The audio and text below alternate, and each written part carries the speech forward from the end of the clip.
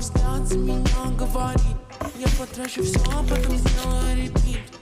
Мой муж за меня разрулится. Он такой крутой, на руле мне безлимит. Это сладкая жизнь, как клубника в шоколаде.